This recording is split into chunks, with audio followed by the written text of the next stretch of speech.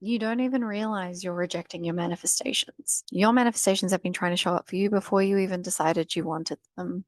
Before we get into the video, hey legends, I'm Cerise, I'm your self-agency mentor, and I help you remember who the fuck you are so you can allow yourself to experience the things you want. Get anything positive out of this video, don't forget to like, share, comment, and or subscribe. It just helps push my videos out to more people.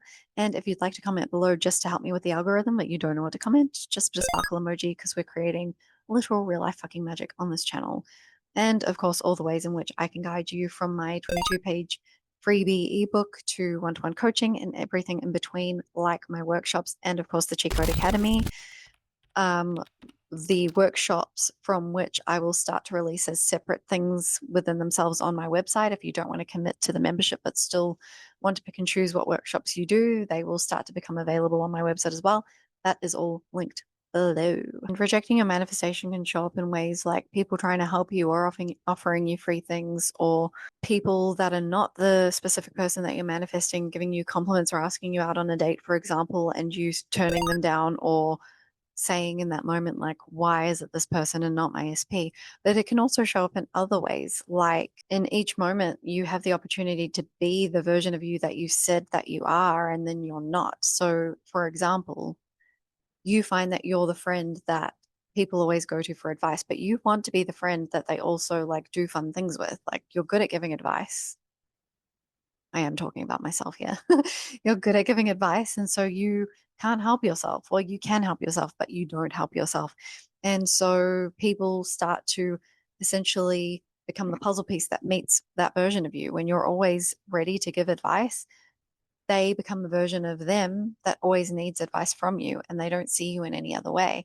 And you tell them, oh, but I also want to do fun things. I want to catch up as friends just to hang out and do fun, enjoyable things. But when they vent to you about something, you then offer them advice again.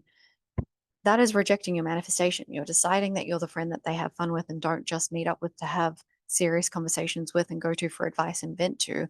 But then you respond as the version of you who is that friend. You give them advice. And it's something that I've had to learn the hard way, which is to just pull back. And that can just look like going, oh, okay, yeah, that sounds like it really would suck, you know? And there's going to be maybe some awkward silence, and there's going to be maybe some 3D distance when, I don't like how people talk about when they're like, when people realize that they can't get away with what they used to, they can only show up in the way that is the puzzle piece that matches you, right? And sometimes the 3D does take a little bit to catch up because are you really sure that this is the version of you you're deciding you are now? And there's nothing outside of you testing you, it's you. Everything is you. You are the universe. You are made up of the same energy that everything else is made up of. And and everything then has to just fit together in a harmonious way, but harmonious may not feel harmonious to you. Harmonious is just the perfect fit to whatever you're showing up as, right? That puzzle piece that matches the puzzle piece you've decided you are. It can show up as, kind of along the same lines. You feel like you're always with the fixer-upper guy or girl in a relationship. Well, you keep showing up as the fixer, so they can only ever show up as the version of them that has something that needs fixing. Stop. That is how you are, like another way in which you are rejecting your manifestation. Let me know below. There is no shaming here because, like I said, that friendship example was me. Okay. We've all done it. And I still have to check myself sometimes and be like, who are you being right now, Cerise? Is this who you said you are? Who you decided you are? Comment below if any of these are landing. You don't have to say which specific one you notice or like can resonate with as something that you've done in the past. But if you do recognize that, just in the knowing of that in this moment, you automatically are not that version anymore. Now you just have to be who you say you are. And the last example that I will give you as to how you're rejecting your manifestation is if you decide that you still want to use techniques like affirming and scripting or visualizing, which are not necessary, and the purpose of them is to help you feel the feeling of it's already done, right? It help you essentially detach from the lack, the feeling of lack. But it's not the techniques that manifest. But if you're still doing those, like you're still at the point where you want to do those for whatever reason, although I would advise doing it to get into the feeling of and not to like, oh, I have to do this to get my manifestation, right? What's your intention behind doing it? But if you're doing those things and then immediately going to check if the 3D has conformed yet, which I don't like it's you're never going to see a change in the existing reality that like if you're looking at it from the place of being the person who doesn't have it, you're never going to see it, not sustainably. You might see little inklings of it, but if you're looking for it immediately after, that is looking for the absence of it, essentially. It's just as bad as looking for the absence of it. It is looking for the absence of it because you wouldn't need to look for it if you already had it. But if you do those things and then you continue the feeling that you have created from affirming or visualizing or scripting, right? Which is the real purpose for those techniques. It is not to make something happen. It is to allow yourself to let go of what feels like you don't have it. And then you can go about your day doing things that you enjoy and being cool, calm, collected and using the cheat codes to help you with that if need be. Again, the find your feel good workshop can help you with that, with your feel good things. If you don't even know where to start with doing things that feel good to you, like which sucks, but I've been there. You can get that below as well. If you can do those techniques and then go about your day,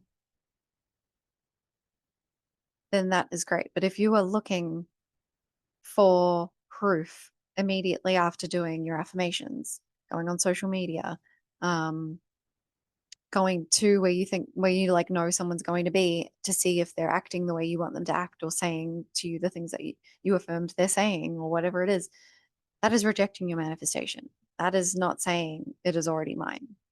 That is saying more of not experiencing that, please.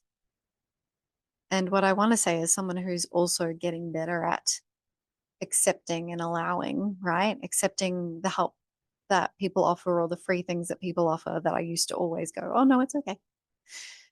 Two is you might have to catch yourself in the moment. But if you sort of go, no, thank you, and then immediately go, fuck, I should have said yes, go, actually, that would be great. That would be really helpful. That would help me out a lot. Thank you. It's okay to, in the moment, go, actually, sorry. Yeah, that would actually be awesome. That would help me out a lot.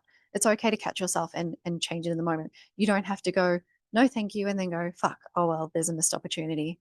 Guess I don't get to have it. Don't do that. Okay. Be easy on yourself. It's new.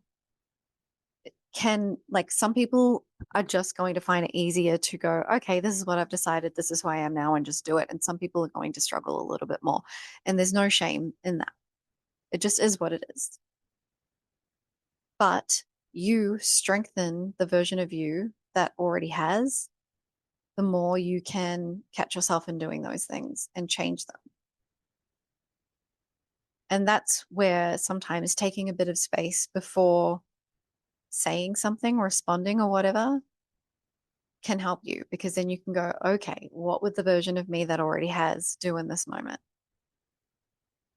And it's not to come from a place of like controlling the middle. That's where a lot of people go really wrong with, and maybe I'll make a whole video in and of itself about this, but where people go really wrong with, act as if they think it means, what do you think this person would do to make the end result happen? And that's not it. What that actually means is if you already had it, therefore you didn't have to work for it, well, what would you be doing on a day to day basis already? If you already felt good about your body, by the way, we're doing the Chosen Physical Changes workshop this month in the Cheat Code Academy. If you already had your ideal body and you loved your body because it was your ideal body, how would you treat it as opposed to the version of you who hates your body and what you see in the mirror? If you already felt good about your body, you would probably eat more closely to nature. You would probably move your body more, right? Not to make or keep your ideal body, but because you feel good in your body and you love your body. You can't hate your body into a version of it that that you love. It doesn't make any sense. And it doesn't mean if you already had it, then, you wouldn't need to do anything. So just sit at home and do nothing and wait for it because you want what you want because you think it's going to give you a feeling or you want to give it a feeling about yourself, your life, your circumstances. And so if you felt good, you wouldn't be sitting at home miserable doing nothing. Some people genuinely enjoy sitting at home. Oftentimes I do. But I'm not sitting at home in those moments thinking about the things that I want and waiting for them and wondering where they are and wondering if my world's conforming or anything like that. I'm genuinely just enjoying being able to chill and not work myself into the ground like I used to when I was climbing the corporate ladder that led to burnout and all that shit, right? So I hope this has clarified rejecting for you. If you have any follow-up questions about the topic of this video, let me know in the comment section below.